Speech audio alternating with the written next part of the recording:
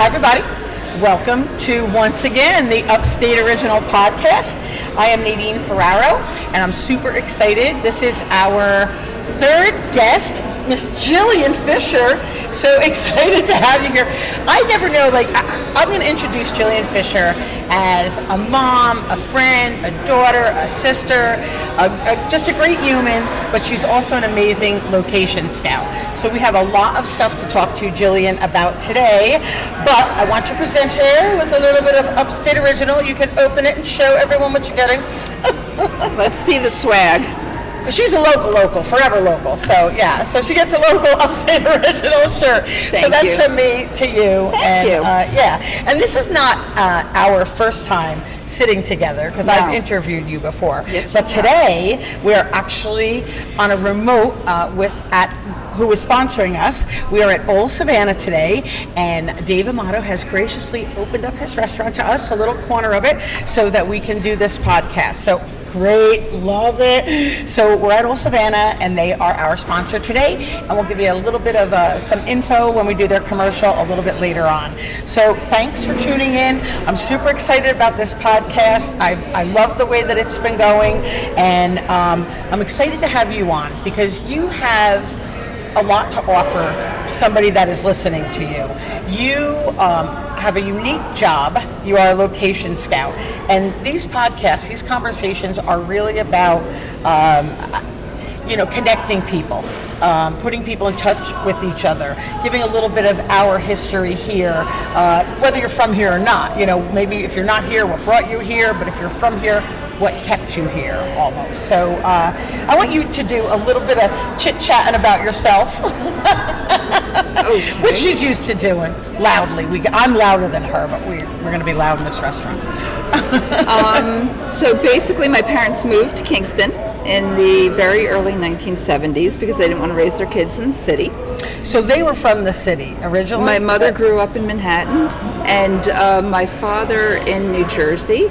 And my mother lived in Manhattan her entire life, and they were raising their kids in Forest Hills, and they determined they didn't want to do that.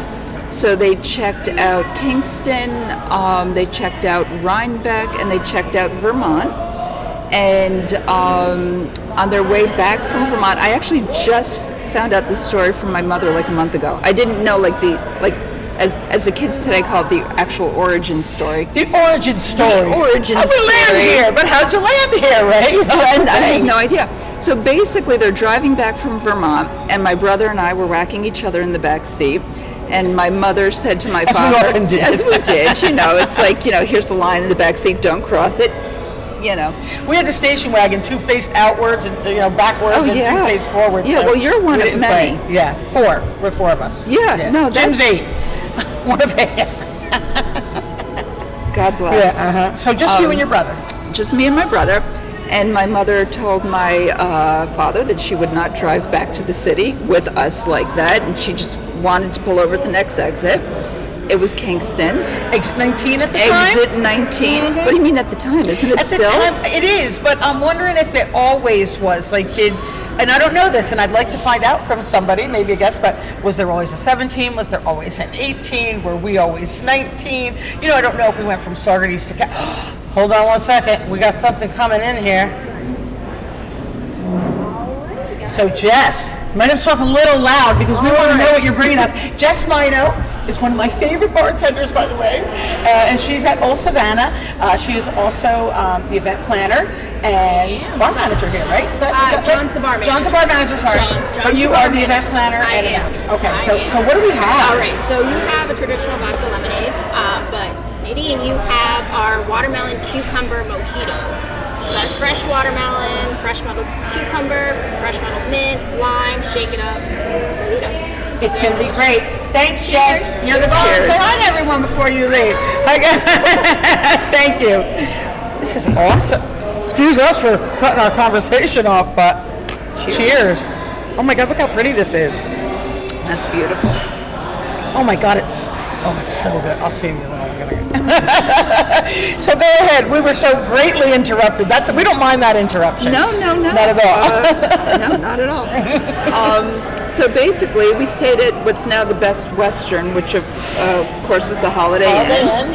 And my parents fell in love with it, and then over the course of the next year, planned how to move to Kingston. And many folks out there remember Len Kane from the Chamber of Commerce. Oh, love Len Kane. And Len helped my father and a lot of people, and they sure sent him, job openings and things like that. And actually, my father's job that brought him here was he got a job at Caldor. At Caldor? Yeah. My first job. Was at Caldor. Caldor was my first job ever. We call us the Caldor crew. I still connect with people that I worked with, and people that have passed on that we remember as our department managers and stuff. Yeah. No kidding. No kidding. Caldor is what made the dream of moving to Kingston possible. Wow, so many places that used to be here that are no longer here, but great things, have replaced them, and all that stuff. How great is that? Was that? So your mother wanted to get out of Manhattan. Your father was looking for something different, like a change, or was It was that they wanted to raise their kids out of the city. So it was just finding a job here, any job that made that possible. Yeah, which isn't always that easy today. No, very, very difficult. Ever. And we were at that time. It was just 72. booming and just starting to grow, right? IBM houses being built was here. still a thing here, and houses were being built, and neighborhoods were being started, and all of that. So I grew up in Uptown Kingston. So where'd you land? That's what I was going to say. Uptown Kingston. On Warren Street. Yeah, nice. So I'm off of Linderman, now, and I love all of Kingston. I have to say, and how things have changed, right? Yeah. I mean, for sure. What shocks you most about what has changed in Kingston? Well, there are two things that are really funny. One is, it used to be, and I know that you know this, that anywhere you went, you knew everyone. And so it's odd to be at a place and know no one. That's a very odd That's thing. extremely odd for me, and it happens quite a bit now. That's odd. But something that really warmed my heart was on my way here today.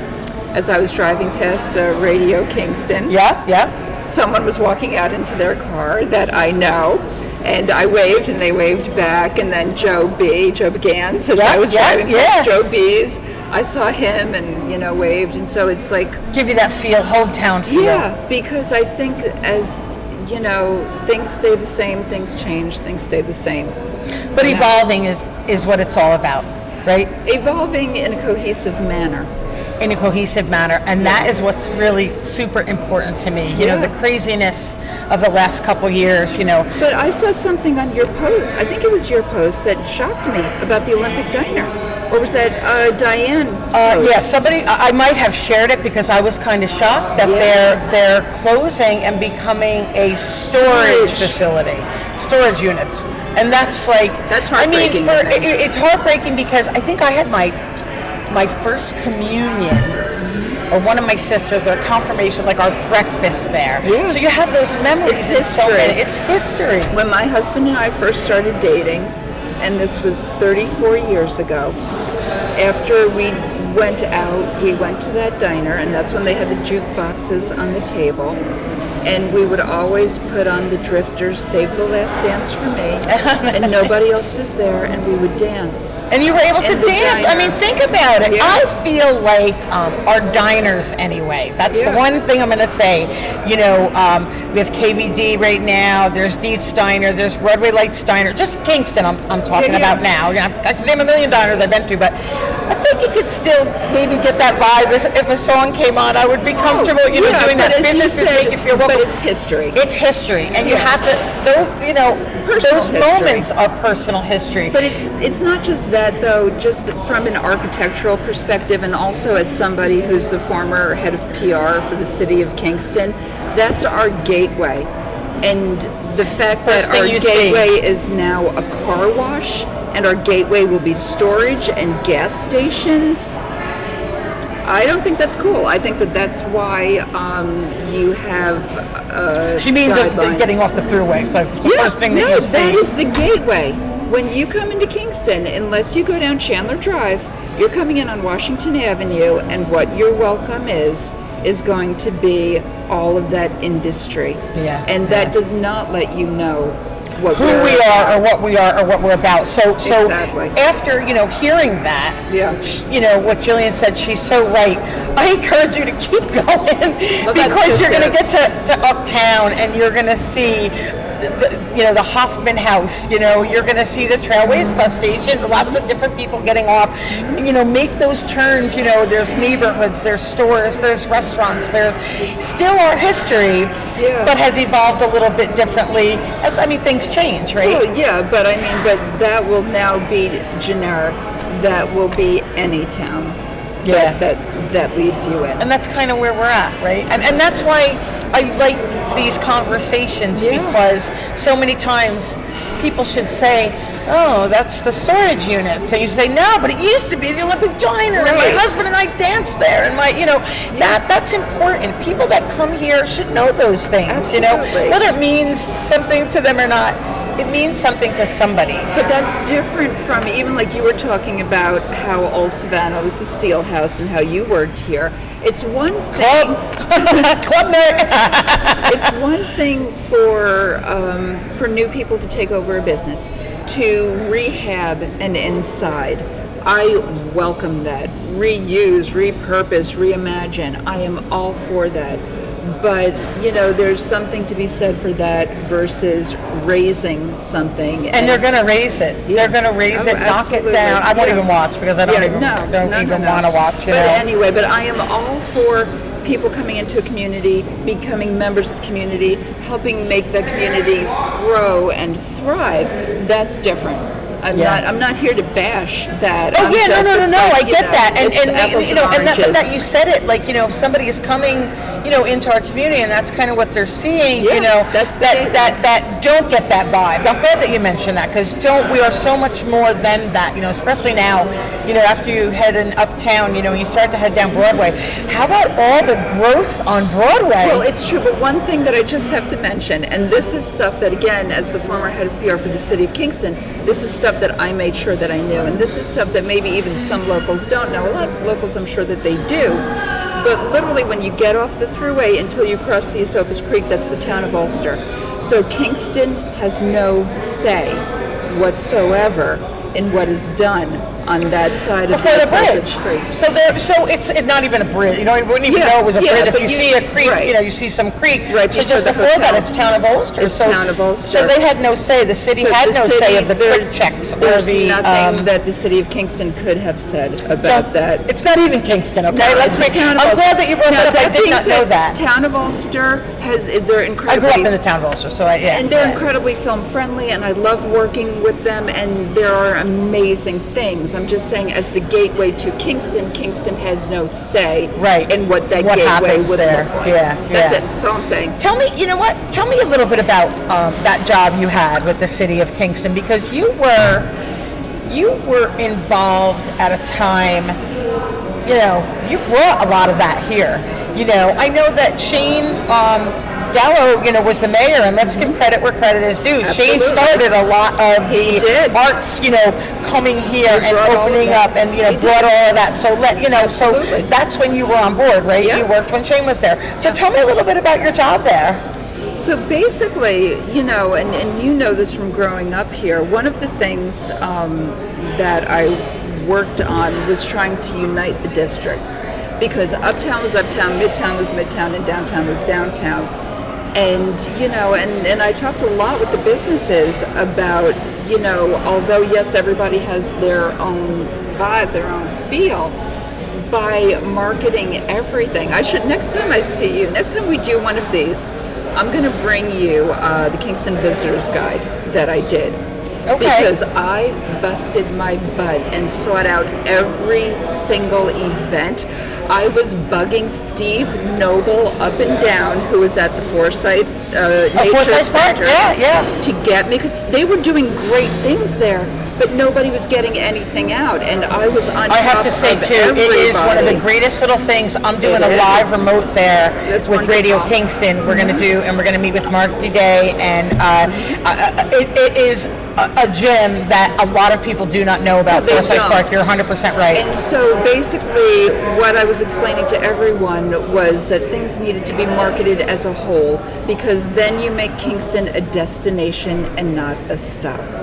And so... Well, you did that, girl, because it's so funny because my daughter... What has her now? Well, my daughter, actually, my older daughter, like when we're stuck in traffic, she'll say, I blame you and Joe Conqueror for this. Joe Conqueror, of course, started Exactly, O with Joe. Positive. Yeah, he started O Positive. Yeah. And that is something that people don't know. And I'm so glad that you brought up that was your your position. That you did this, and that we had an opportunity to say, Shane brought a lot of those arts here and stuff like that, because new people coming here wouldn't know that. Yeah. So these are two other names. Shane Gallo. Jillian Fisher. If there are things you want to know about, when this time started. You're two people that people can go to, because people that are in these positions now might not know this history. And he did. He started.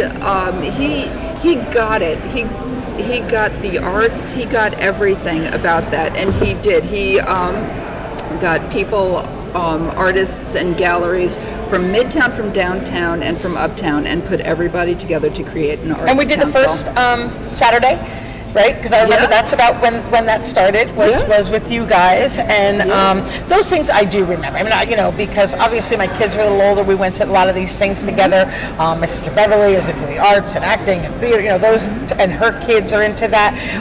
Also, so many of our friends were able to do a lot of what they did, and get their talents out there by the openings of these things. Oh, sure. So, it was Sure. really, really great. So, times are different, times change, things evolve, whether it's for the better or for the worse. I guess it depends on who's looking at it, Absolutely.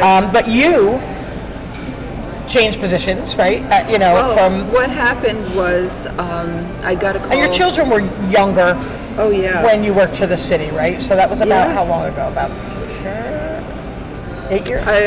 2009. I think it was Oh, so it's 2010. about 13 to 12, 2010. 12 Actually, years? I worked under two different mayors. I worked under Satile, and then the economy tanked, Yep. and then that position was cut. And then when Shane was elected, then he brought me back on as a coordinator of public relations. So I worked with the city of Kingston two different times doing this. But what brought me to the city of Kingston the first time, actually, I don't think I've ever talked about this, is is I was sitting with my husband and we were watching the Food Network, and they were showing all of these festivals in different towns. And I'm watching and I said, the city of Kingston could do this. We could definitely host something like this. And so I got my briefcase packed.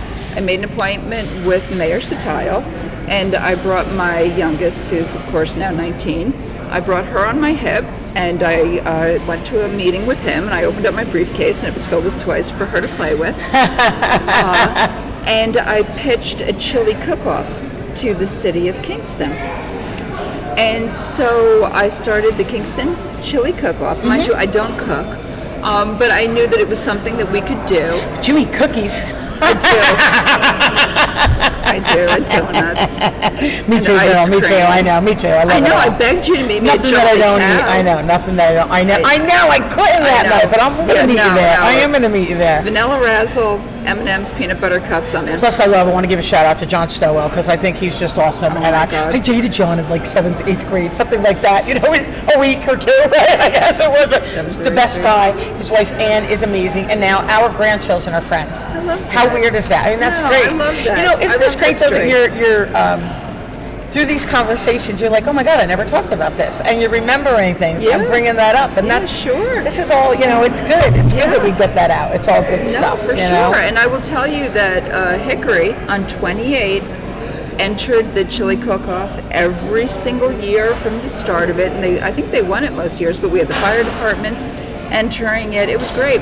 I created. That was downtown, right? Yeah, we had it right on the Strand. Yeah, because here at Old Savannah they had the Winterfest this year, and for the art, so that the art could have a fundraiser, and they decided to do a chili cook-off. And I was going to say, Big Jim's Butcher Block won the chili cook-off. Congratulations! No, my idea for his toppings, but we won't give that away. But so see how things evolve and get a little different from your idea. Yeah, No, it was great. I created a children's charity. It was called the Children's Holiday Magic Fund, I think it was. And what we did was we got the wish list from the children at the Domestic Violence Center shelter and the homeless shelter, and we went out and we did all of the Christmas shopping from their lists, and then their presents, and then we wrapped their presents, and then when they woke up on Christmas morning, their presents just were magically at the shelters. How great is that? Is that amazing? Yeah. And now, you talk about evolving. Your work was not stopped because now they have People's Place, Christmas Wishes. There's a bunch of different organizations that serve thousands of children, even the kids in the shelters. They don't leave anyone out, and they do that as well. So just evolved, right? Just a little different. But these ideas that you had, I think it's important to say they weren't lost on anybody. They weren't forgotten. They were just changed. And you had a part in a lot of that. It's when you stop, probably people, it's like People's Place has been 50 years their anniversary this year. Happy anniversary to People's Place. But maybe more of a need for it. After you stop, and somebody probably for a while said, this isn't happening anymore. Somebody along the way took it over, what I mean? Sure. So, and we're fortunate to have you in that position, that you were able to do that. How long, because you left the position, cut? So, in I think 2012, I got a call from a location manager on a movie. And this was when I was still coordinator of public relations for the city of Kingston, and they said there were other... Peace out. Did you tell them peace out and I'm taking this job? No, not at all. I know that you didn't, because you incorporated it into this job that you had. Yeah. I love the city of Kingston with all of my heart. Well, where I live. Happy to have that job and promote anyone and everyone within it. It was a joy to me because I knew that my love of Kingston was contagious. So I was very happy to have that job. And so a location manager contacted me and said that they were going to film a movie either right outside of the city, just because it's easier. They wouldn't have to put people up. They could sleep at home, or maybe upstate. Right. Go ahead. I'm just going to move it. Okay. As people are loud at the bar. And so I asked them to please tell me a little bit about the movie, and so I filmed it in my head as they told me, and I was like, yeah, we got that. And so the director, the location manager came up, got in my car, and I took them to every location, and that was the movie The Sisterhood of Night, and that movie starred Cal Penn, who everybody knows, Georgie Henley, who was Lucy in the Narnia trilogies, Cara Hayward from Moonrise Kingdom, and Olivia DeYoung, who currently can be seen as Elvis's wife in the Elvis. Oh, in the Elvis movie. And so not only did they film that here, but I got them to call the fictitious city Kingston in that movie. Yeah. And then the following summer, I did the same thing. A movie was going to film, and I made sure they filmed in Kingston, and it was called Cold in July, and that starred Michael C. Hall, who was rapping on Dexter at the time. I still remember him being at Stella's and everybody seeing him that night. He was amazing. Of all of the actors that I've met in person, he remains my favorite, just simply because he was just so kind. Anytime I was on set, he was just very solicitous and incredibly kind. But Sam Shepard was in that movie. Don Johnson was in that movie. I remember them all being uptown on the streets. Yeah. People were like, "Oh my God, look at this!" And he was filming Dexter at the time. He was rapping Dexter. So as a matter of fact, he had to do a voiceover, and I hooked him up with the only place that could accommodate him to do this was 721 on Broadway. So he did his voiceovers for the last episodes of Dexter. At 721 Broadway. At 721. Which is great. And you know, that's another thing. I worked when I was a new mom. It was a TV station. It was WTZA before it was 721 Broadway. Absolutely. You know, these things, if people don't know that, I talked to somebody last week, had no idea there was a TV station there. Yeah. You know, Nancy Cozy. Nancy Cozine. Yes, right. Cozy. Yeah. And so Brian many people. Kenny, just amazing. who went on to ESPN. I know. We're going to, you know what? We're going to hear, I have so much to talk to you about, but I want to do this quick commercial because Kirk's giving me the, for our sponsor today, who is Old Savannah Southern Table and Bar. Old Savannah's Menu and Bar seeks to celebrate the fresh and inspired cooking and culture of the American South. They strive to deliver to their patrons a spirited and inventive twist on classic Southern cuisine. The South is about succulent, fall-off-the-bone barbecue and fried chicken and pecan pies as much as it is about great bourbon and craft beers. Along with the Southern goodness, Old Savannah incorporates many locally grown farm-to-table specialties along with a variety of weekly specials. Equally important to the quality of their food is the hospitality of their staff. Old Savannah makes sure that their heart and soul goes into every item on their menu, and that all of their fare and spirits are served with the love and passion you deserve. Along with an amazing dining experience, Old Savannah offers catering services as well as an event venue for any party or event. They also feature a fabulous Sunday brunch from 10 a.m. until 3 p.m. Old Savannah is located on the historic waterfront, Rondout at 100 Rondout Landing in Kingston, New York, and they are open 7 days a week. Their phone number is 845-331-4283, and their website is www.oldsavannah.com. Special thanks to Old Savannah and Dave Amato for being this week's sponsor on the Upstate Original Podcast. So, yes, cheers to Dave Amato and Old Savannah. Thanks for having us here. So I just want to be clear, we took a little bit of a break, and we got another drink. We did. They're so delicious, and we know how smart the viewers are. They're going to know we ended with, empty glasses, and now they're filled, so how could we not? But it brings me to a great segue to detail. We ended talking about actors and things like that, and I remember seeing everybody uptown, and you were still working for the city at that point, right? Yeah, so I will say that definitely that started the filming craze in here, because although we had movies film errantly before, they were the first to film in succession.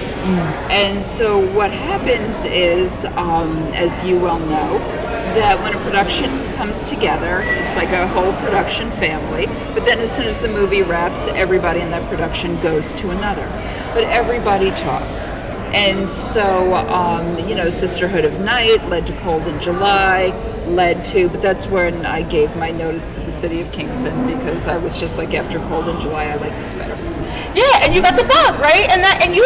It was probably just such a natural progression for you in your lifetime, because, and in your career at that moment, because you are the queen of detail. I mean, not just, I would say, oh my God, the big splotch of whatever's in the background. You notice like the little things, like the simple as saying, Nadine, our glasses were empty when we broke, and now they're full, whatever, to setting up our shop today to get the best shop that we were at. I mean, I wouldn't have realized that. Kirk is pretty good, and he is a tech guy, and he appreciates anything that you're teaching him. So it just natural for you, and how great. I also want to point out, there's a lot happening here, movie-wise and film-wise, and Hudson Valley Film Commission and tax breaks and, things like that when you come to Ulster County, whatever, but they're not the first. Love what you're doing, and I think that it's great, and not to give anybody, but I always feel it's important to give credit where credit is due. So we did do films here before. The craze right now, we started that in 2000. That was 2012. 12? Yeah. Right? So, 10 years ago. So it's been happening and I'm on the money when I say, and I usually do say about 10 years, because that is when things started to happen. So there aren't, and not that we don't appreciate all this new stuff coming. I love that. But I also feel that it's really important bridging the gap means recognize what was here before you came. To just embrace that, maybe learn from that, and give some credit where credit is due. I think it's really important because I know people that have done that already would be so happy to teach you, give you advice, help you in any way that they possibly can. So that I just wanted to say that, if that's, and that is right. I feel that has to happen. Because once I left the city of Kingston, I continued bringing movies here. I brought King Jack. I brought Growing Up Smith. I did probably about 5 movies with Yale Productions, which I know you had a family member work with Yale. I continued every single year, and just building on that. And I love that you, like, for me, I love to lift other people, and I know that sometimes you do a post and you go, anybody know of an old farm, blah, blah, blah, blah. And if it ended up being something that you picked, you always go, thanks to, you'd give everybody a shout out. I mean, that is the embodiment of who we are, and that's why I say Upstate Original doesn't have to be born and raised here. It just means giving, lifting others and giving that credit, and collaborating and recognizing the collaboration. And one thing that is really important to me that you don't necessarily get. So there's a lot of filming going on here now. But the thing that you get with a person who's a local as a scout is that I the care. ins and outs, the history, and it's more than that. I care about the locations, and I'm not going to screw over a location just to get a movie, a TV show, or whatever in there. My name is my business. I work word of mouth only. So literally, I was going to ask that. So I know you have a reputation because I know I mentioned you to somebody. I don't think they chose our area. I think they ended up going to Georgia for some reason. Tax credits. Okay, all right, whatever it was, but and it was a woods shot, so it was kind of a woodsy film or whatever, and that's where they ended up going. But they knew you. I got her number in my phone. It's all good because if you ask me where to go, I can tell you. But if you ask me the name, whatever, but you're already setting up the shot in your head and look at whatever, and that's how you pick the spot, right? Oh, absolutely. I mean, usually I'm about like the third person brought onto a movie, because if they don't know where the locations are, they can't crew up, they can't do things like that. So good. So, I read a script. I discuss with the director what I think their vision is. Luckily, 99% of the time, I'm spot on. And then I go and I look for the location, but it's the details within the location. I negotiate the contracts. I try to get them the best deal, but I'll never screw over a location with price to do it. I absolutely because this is your hometown. Yeah, but it goes beyond that. So I got a call in December, and it was from a producer out in LA, and with a famous production company, and she said they were going to be doing a movie that took place at a summer camp, and they were probably going to wind up filming in LA, but they were going to pay a couple of scouts across the country just to see if it would behoove them to move. And so, in my mind, I hear challenge accepted. Oh yeah, for sure. Well, you're not saying now. It's not. Yeah. And you take such pride in your work, and I think that's why you say challenge accepted, because you do. You should be very proud of all your work, because everything that you've done really has been spot on. The feel. Thank you. And I am extremely proud. I moved that production from LA to Orange County. One of the production companies was Gloria Sanchez, which is Will Ferrell's production company. Mm-hmm. They were one of the production companies involved with that. The movie's called Theater Camp. It stars Ben Platt. So I'm very proud because I brought that movie from California to New York. To here. So it was that, there were other states involved. It could have gone anywhere, whatever, and it came here. And it came here. So are you working on anything right now? I am very... I know it's a constant, you get these things all the time and questions and whatever. I guess anything in the works. Right now, I am very happy that life has slowed down because I went right from that one to, and that one was months long, as you can imagine. Yeah. And I think we spoke during that because you had no time to get a Jolly Cow ice cream and coffee. Yeah. We wanted to catch up, and that was last year or a few months ago. Yeah. Last year, we've been trying for a long time to catch up, and we just haven't. You've been that busy. And so after that one wrapped, literally, I took one of my daughters on spring break. I was, no exaggeration, on a beach, and I got a call from a producer whom I've done a couple of movies with, and he said that they were looking for these locations that they couldn't find, and I said, I'll send you, give me an hour to get back to the hotel room, because truthfully I'm on a beach. Yeah, right. And I will send you the 3 locations that match what you want, but please pay me my rate for the day. And I did. They got them. They did. And then their locations wound up going sideways. So I jumped in and did all the locations on that movie, and then went on to a movie called Mother's Milk, which had been in the works for a while with Hilary Swank up in Albany. And then went on to a paint commercial, and it's just like I have gone on. And so I'm kind of happy to be catching my breath right now. You've also done commercials, can I say, like in the interim, because I love whenever it pops up in either my memories or somebody liked it because they're stalking my page, whatever. And you've done the credit card commercial. And you're like such a pro. You're just such a pro at it that you could be an actress. But that was one of those things that it was just like. But it was about being a location scout. That's it. Chase was looking they were doing a whole ad campaign based on location scouts around the country, and as soon as I heard they wanted one from the Hudson Valley, it was challenge accepted.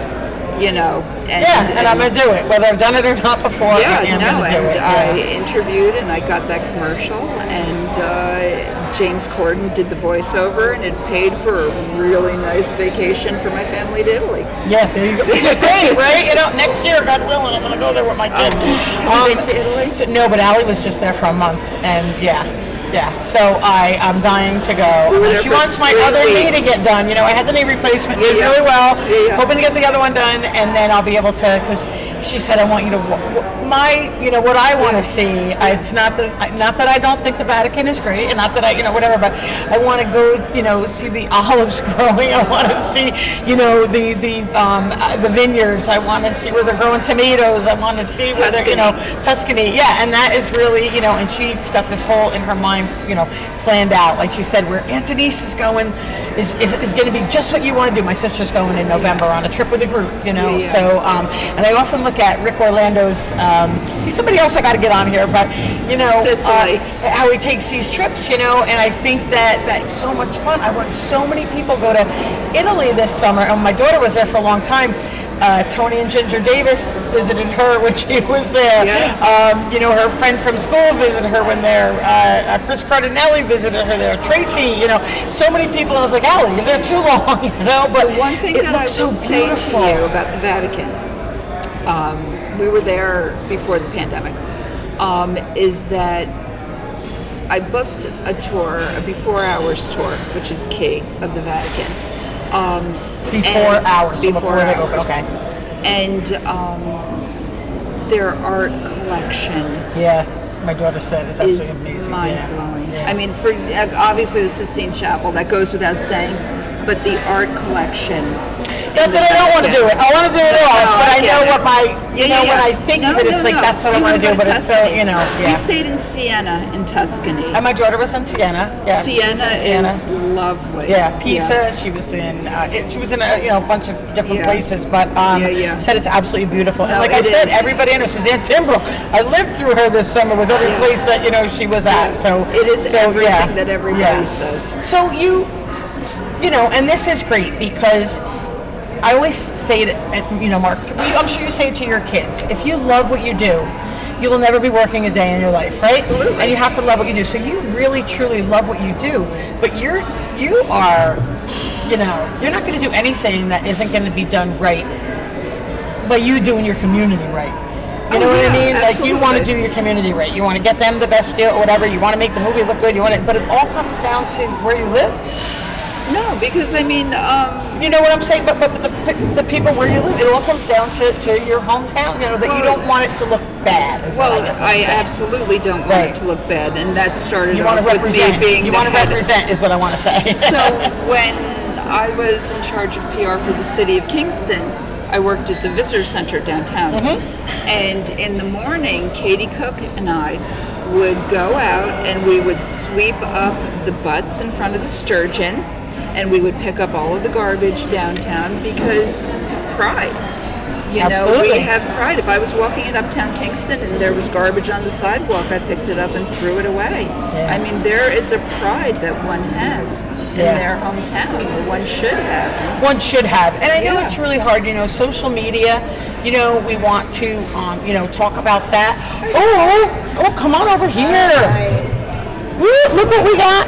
Another interruption, no booze, but food. I have the zucchini blossoms. Those are stuffed with goat cheese, fresh herbs, and garlic. And the zucchini blossoms are locally sourced from Boyce's Market. And then I have our tempura cauliflower, which is tempura battered cauliflower.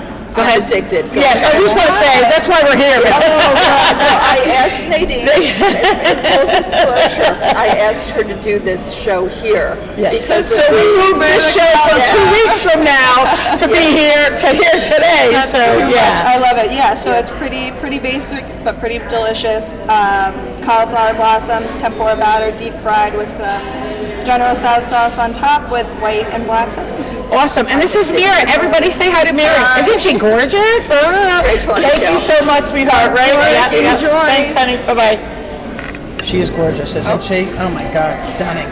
Tall, thin, and blonde. Who are you Nice. kidding? You're tall, thin, and blonde. No, but you know what? But you and I both know, exterior means nothing. Nothing. It's what you have inside, and that is really, you know, the reason. You know, when like I said, we've been trying to interview, before I even started the podcast, right? Trying to just get you again on the radio show because so busy. But I want to be real. I want it to be my show, or you know, any interviews that I do, any lives that I do, any radio shows, any podcasts. I want it to be real. I want it to be about real people. You know, because we're really only here because of each other. See people waving at us?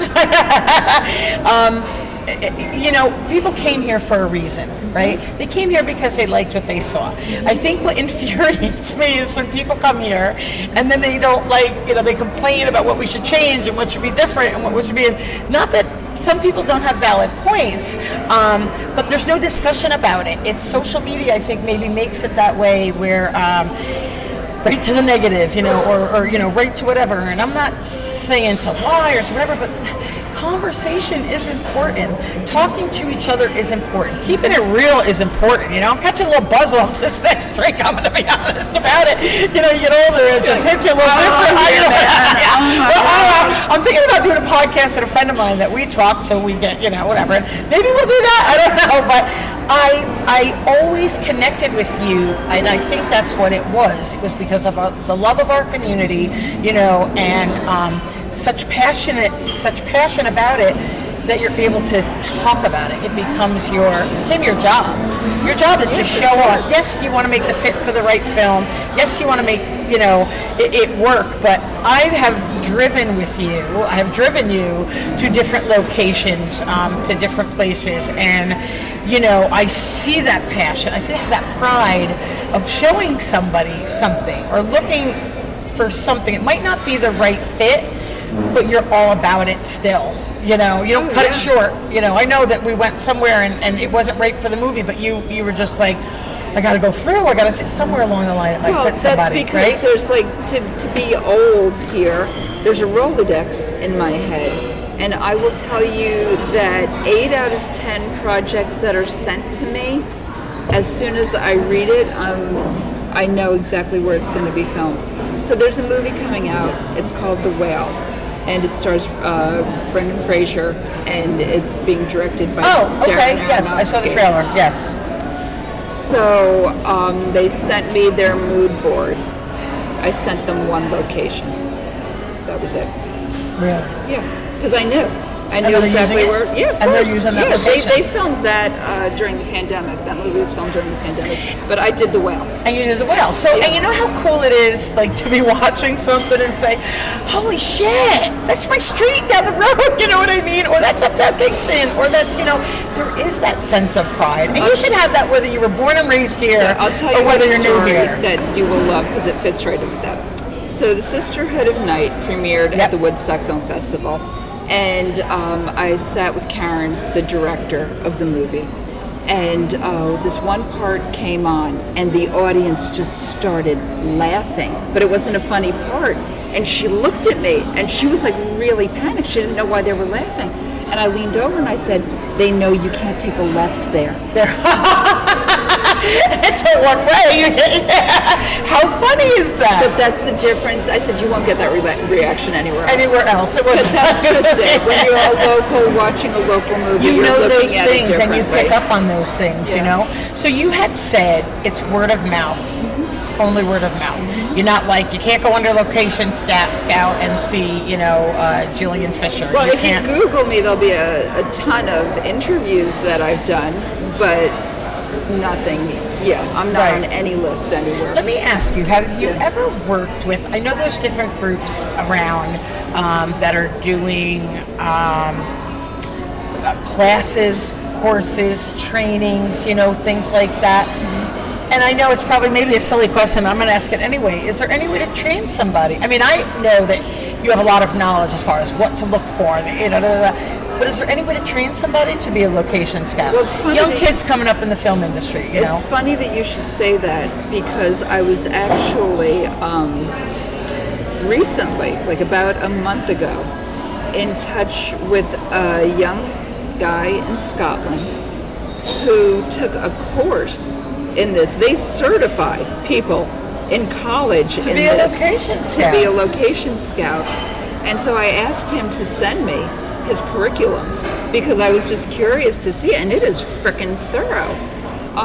So that being said, yeah, I know that Stockade Works does the boot camps, and maybe it's something I'll bring up with Beth Davenport. But yeah, they do boot camps for everything. I mean, I thought of it because I referred a few people to their boot camp. Stockade Yeah, Works yeah. does amazing work, you know, and They do. maybe someday They're I'll get doing an Mary Stewart accounting one. Masterson on here on the podcast. I've never met her. I've been at events that she's been at, you know.